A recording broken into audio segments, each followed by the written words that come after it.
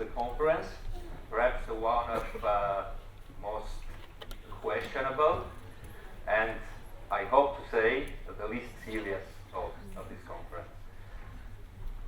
My name is Arsen, and I love football. Not only watching, but also playing.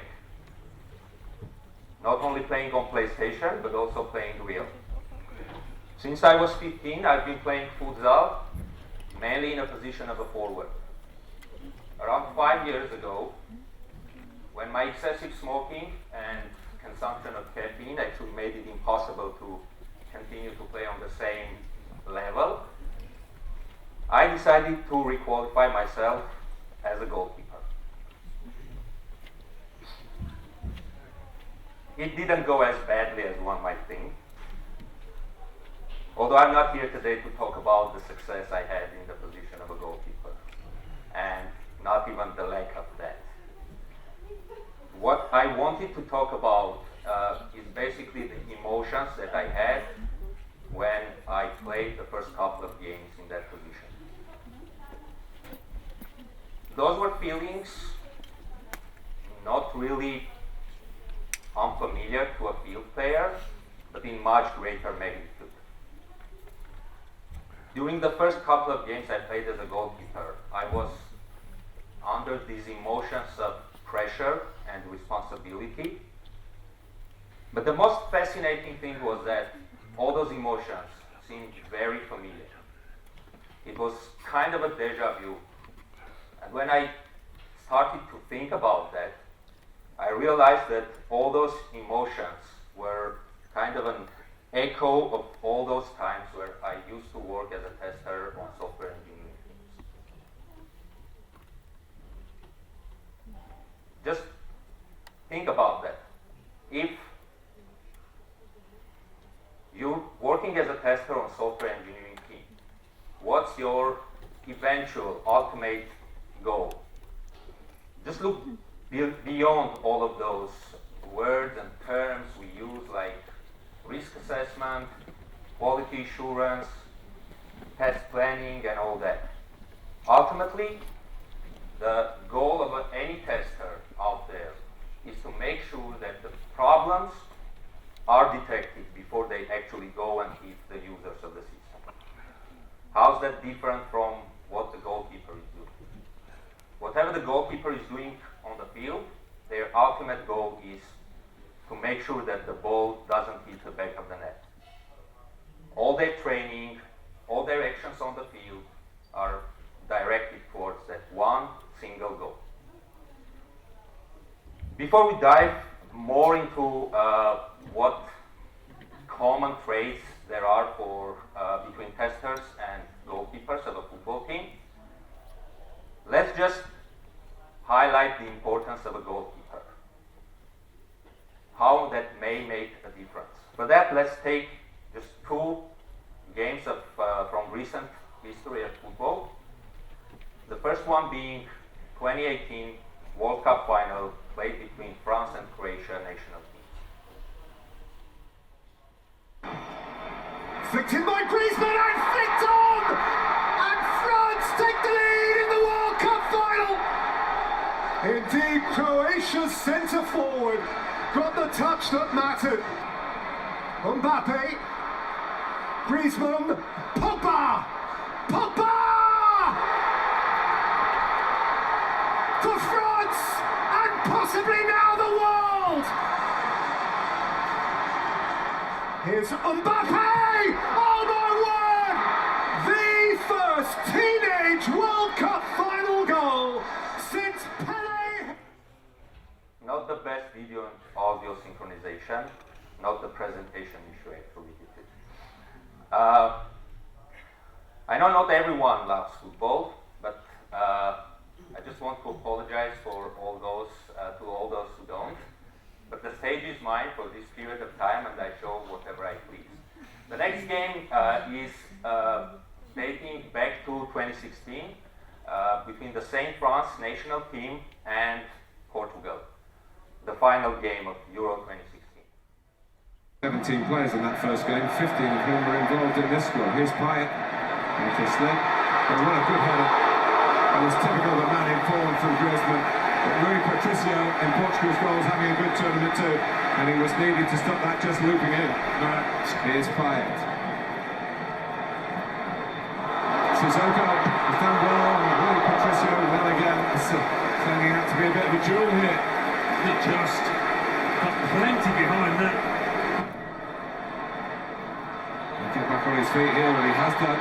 For Giroud, a strong side. Another strong save for Rui Patricio. Sanya. Sissoko in too much. A real moment of quality like that from Sissoko. Coman. And then the follow-up from Moussa Sissoko has done so much to try and get France in front. Important fact, in the first game, France went and won the World Cup by a scoreline of 4-2, and in the second game, Portugal beat France on their own home soil, 1-0, that became the European champions. It was really important to pay attention on the play of the goalkeepers, in my opinion, because in the first game, I really didn't see Croatia's goalkeeper pulling out any important saves, which might actually make his team a world champion. Whereas in the second game, Portugal's keeper was actually doing heroics during all 120 minutes of game time, and eventually Portugal became the European champions. So, let's just take a simple model and understand how goalkeepers are behaving on the field, depending on the situation. There are obviously a lot of must-save situations during a football game, and those situations must be saved. And if there is no save, well, the goalkeeper better do something else, sell ice cream or do some postman's job, things like that. So these must-save situations must be saved if you're at home, the goalkeeper. However, everything is not that easy. There are really difficult situations during any game of football, and unless the goalkeeper saves those situations,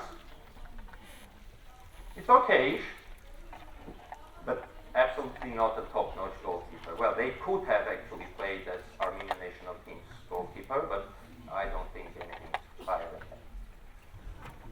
So to really be a world-class goalkeeper, they actually need to pull out several of those saves in difficult situations, at least occasionally. Now let's make a leap of faith and try to model this on the world of software testing. In fact, how is it different? You got a lot of issues in the system. There are defects which must be detected. Those are high and critical severity issues which impact the customer's business a lot. Those are defects which are easily found and all that. And if you do not detect those as a tester, well, you better get another job. I mean, there you go. Anyone could do that type of job. If you detect those must-detect problems, but you really cannot dive into the really difficult scenarios and kind of derive those scenarios from the customer's real life, then, well, again, you're an okay tester. So to be a really top-notch one, you need to go ahead and identify those non-so-easily identifiable issues.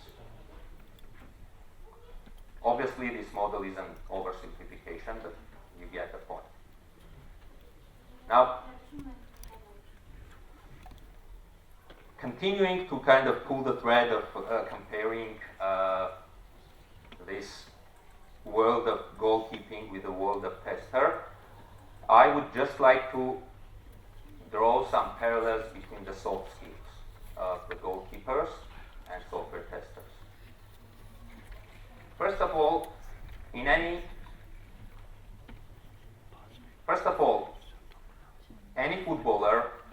starts waning out as a skilled sportsman at around 32 to 35 years old. Incidentally, that's around the age where goalkeepers start to flourish and start to really show off great results. Why is that? Well, quite obviously, they don't need to spend that much of energy on the field. One of the reasons I basically requalified myself. But the most important is that during the years, they accumulate a lot of experience. A lot of experience which cannot be directly taught or trained during the trainings or using some mentorship. The same goes with the testers.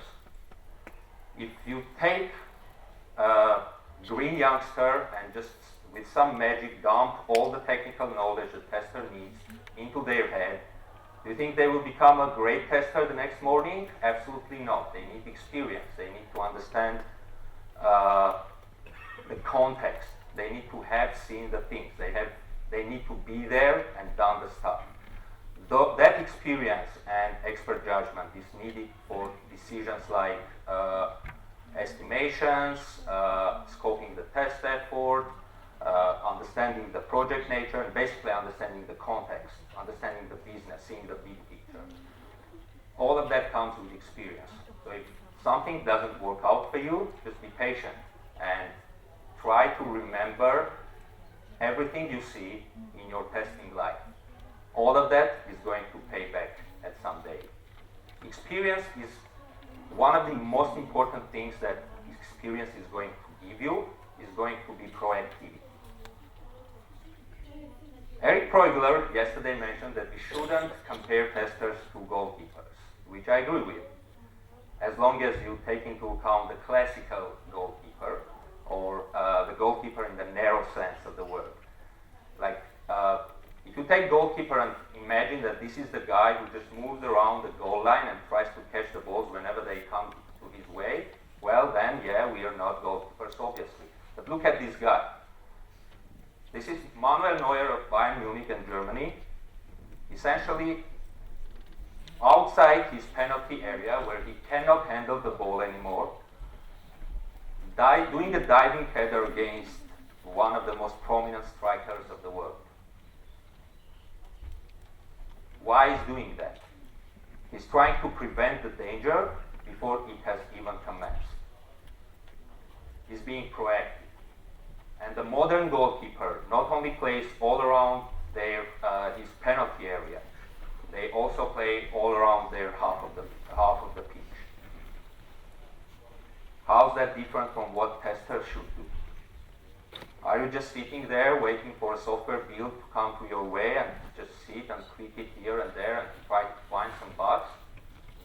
Or do you try to go out early in the process, identify the risks, identify the ways the users are going to use the system?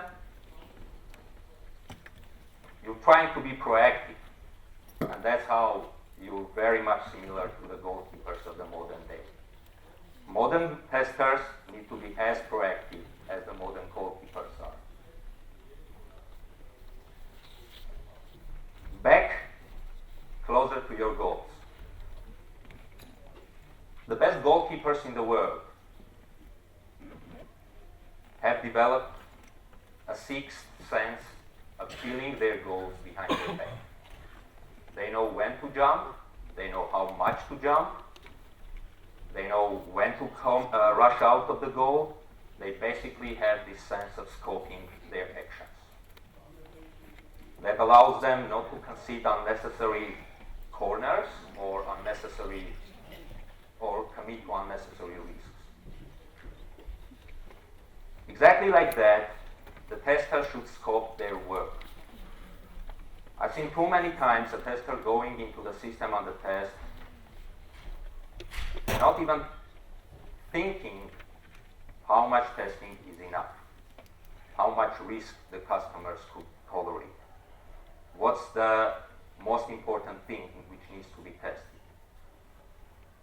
Scoping your work means precise estimates, understanding the big picture, knowing where the customer's business is coming from, and essentially carrying out your effort within this context.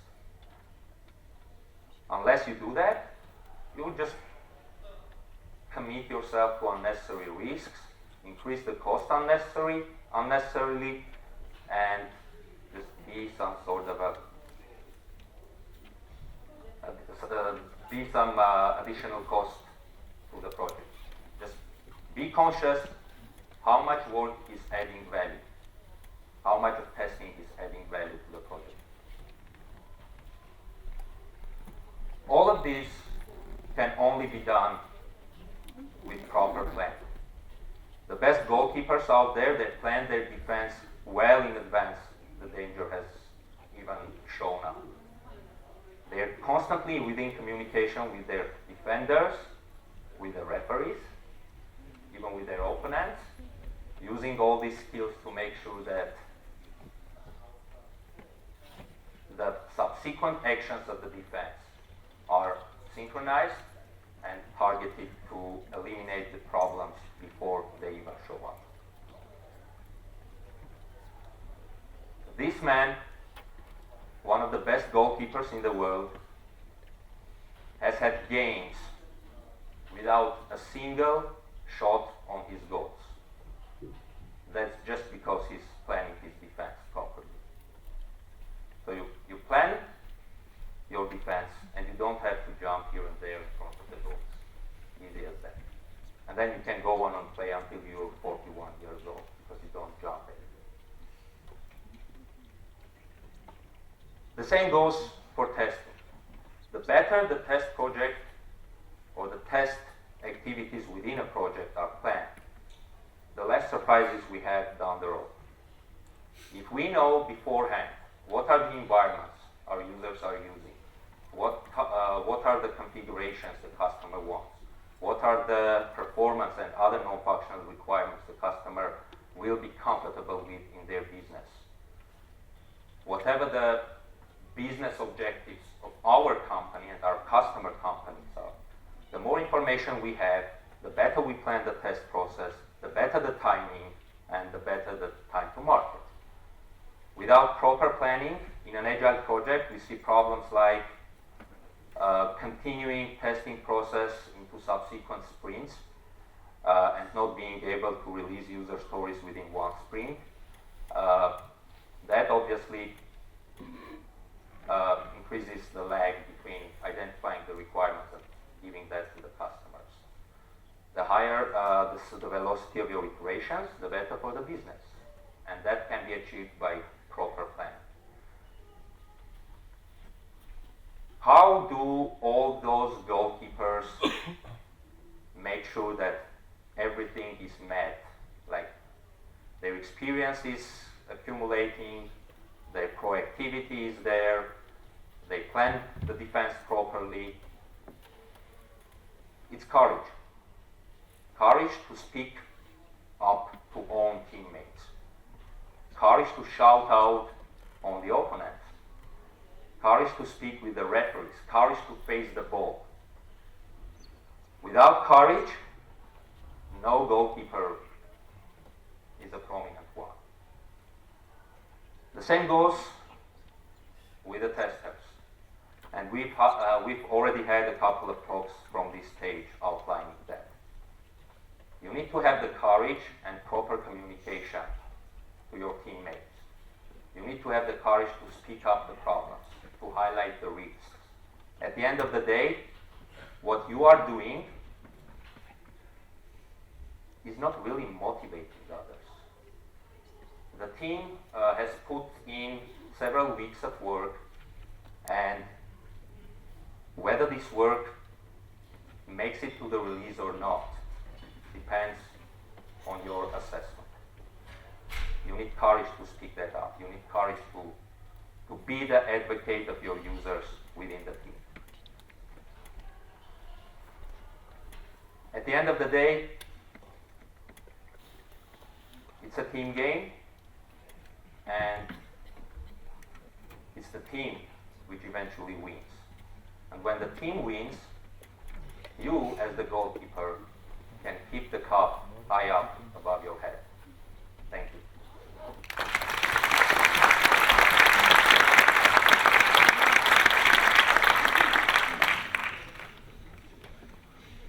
there are no questions.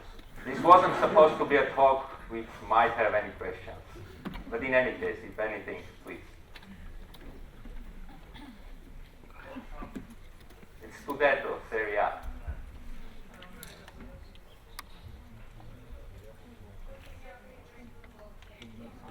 Player? Currently or of the past? I don't have a favorite football player currently, perhaps Buffon. Alessandro Del Piero. 1-1. Okay, so what do you think about the situation when if one football team is losing at the very last minutes of the game, they replace goalkeeper with a field player? That happens a lot in a futsal game. Well, that's situational, you know. I mean, there are goalkeepers who don't need to be replaced. They have enough footwork, enough level of footwork, which can guarantee the team playing all-out attack. And in that case, the goalkeeper doesn't need to be changed. But that's very situational when the team loses by 1 or 2 goals, and then a footballer with a better footwork, a better skill on the footwork needs to come in there. Translated into this world, yes, there might be situations where, for example, you need to sprint out to the release even without having a tester on the team. In that case, someone or a couple of people need to take the responsibility or the role of the software tester. They won't be as good at that, but they might bring some other skills to the table which are more important to the business at that moment. Yeah, I agree. And I actually watch hockey more than football. And just recently I faced 3 straight games in a row where they replaced goalkeeper with a field player, and they lost extra pack in the very last minute. And to me, it's a knowledge of what can happen when we move away SKA and we get production back very last minute. In our team, every time we do that, we actually let's say we're losing by 2 goals. It's the last minutes, and then every time we do that, we lose with 5 goals difference. He knows that. He usually replaces me.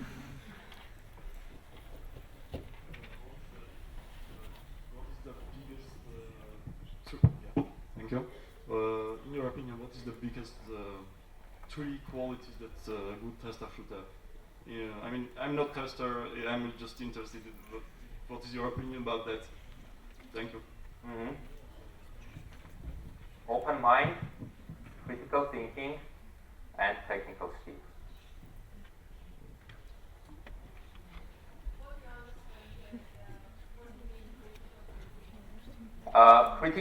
Saying critical thinking, and again, this is an oversimplification. I didn't see where the question came from, so I'm kind of vaguely looking around there.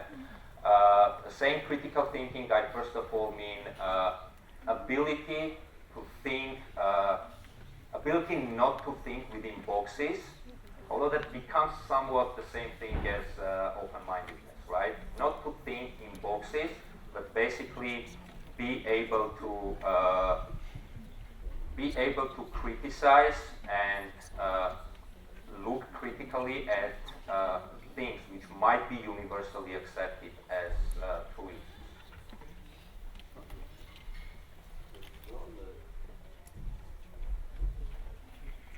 Any more questions?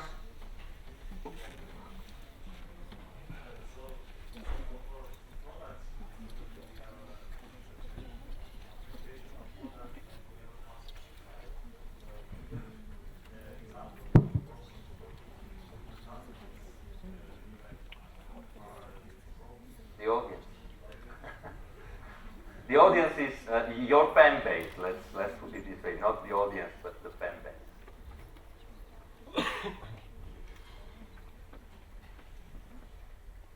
They are most interested in you not conceding the goals.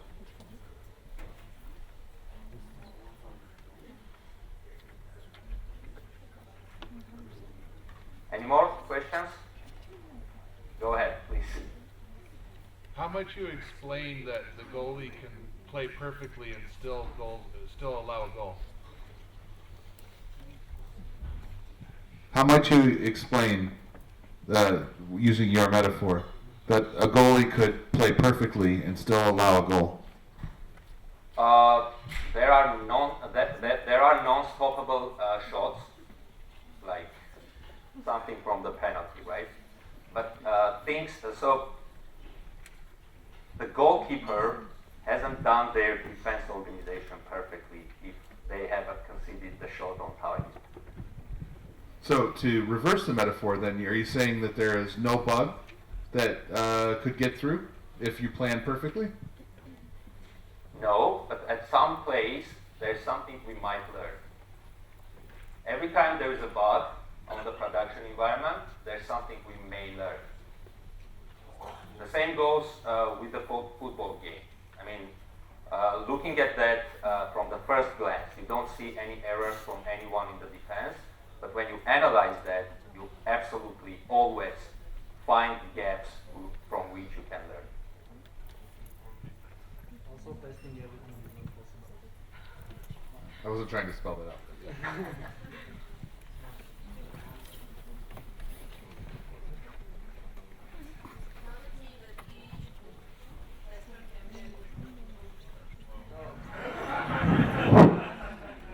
Mentally, yes.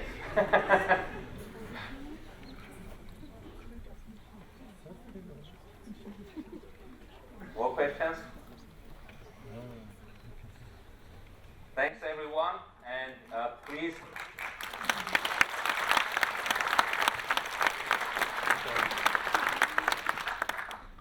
Please be here at around 6 p.m. I don't know what time it is exactly now for the closing ceremony and announcement of the results of Armenia Software Testing Cup, which took place the day before yesterday, right? Yeah, I've lost the sense of time. Thank you.